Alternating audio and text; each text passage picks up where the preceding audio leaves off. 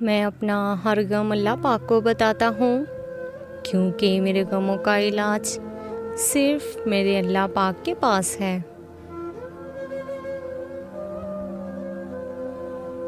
جب زمین تمہیں تنگ لگے تو آسمان کی جانب دیکھنا، نم آنکھوں سے مسکرانا اور کہنا، اچھا تو ایسے راضی، میں بھی ایسے راضی۔ اس کے در پہ سکون ملتا ہے، اس کی عبادت سے نور ملتا ہے۔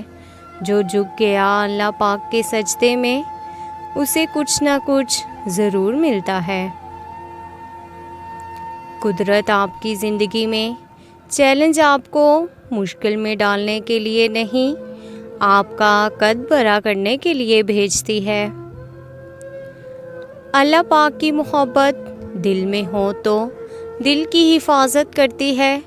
جو لوگ آپ کے قابل نہیں، انہیں آپ سے دور رکھتی ہے۔ جو شکست کے سامنے سر نہیں جھکاتا، کامیابی اس کے قدم چومتی ہے۔ دوسروں کو غلط نہیں، خود کو صحیح ثابت کرو۔ دعا دوسروں کے لیے مانگے، مراد آپ کی بھی پوری ہوگی۔ انسان سے غلطیاں ہو جاتی ہیں، لیکن وہ ایک ناکام انسان اس وقت بنتا ہے جب وہ اپنی غلطیوں کا قصوروار دوسروں کو ٹھہرانا شروع کر دیتا ہے۔ اس لیے کہتے ہیں کہ غلطی کے بعد چہرے کو بہانے کی چادر سے مت چھپاؤ، کیونکہ یہ چادر چہرے سے بھی زیادہ میلی ہے۔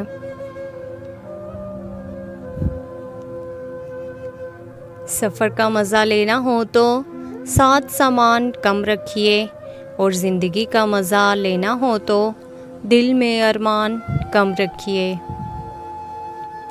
نیت کو ہمیشہ سچا رکھو، مشکل ترین وقت میں بھی سچی نیت تمہیں جھوٹا بننے نہیں دے گی۔ پاک ہے وہ رب جو برداشت سے بھر کر دکھ نہیں دیتا، مگر جب سکھ دیتا ہے تو انسان کی اوقات سے بھر کر دیتا ہے۔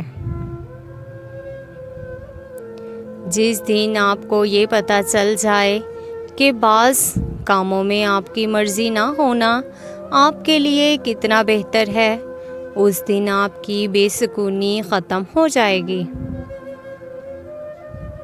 جب آپ ننگے پاؤں ہوں اور خدا آپ کو جوتوں سے نواز دے تو اپنی چال تبدیل نہ کریں۔ جب لوگ ساتھ چھوڑ جاتے ہیں تو اس میں بھی اللہ پاک کی طرف سے ایک پیغام ہوتا ہے کہ اب بتا تیرا میرے سوا کون ہے۔ کوشش بامقصد ہونی چاہیے، ایسی کوشش کی زندگی میں بھی آسانی ہو اور موت میں بھی آسانی ہو۔ اگر انسان اپنے رب پر بھروسہ رکھتا ہے تو اللہ پاک اس بھروسے کو بھی کبھی ٹوٹنے نہیں دیتا۔ بے شک وہ 70 ماؤں سے زیادہ محبت کرنے والا ہے۔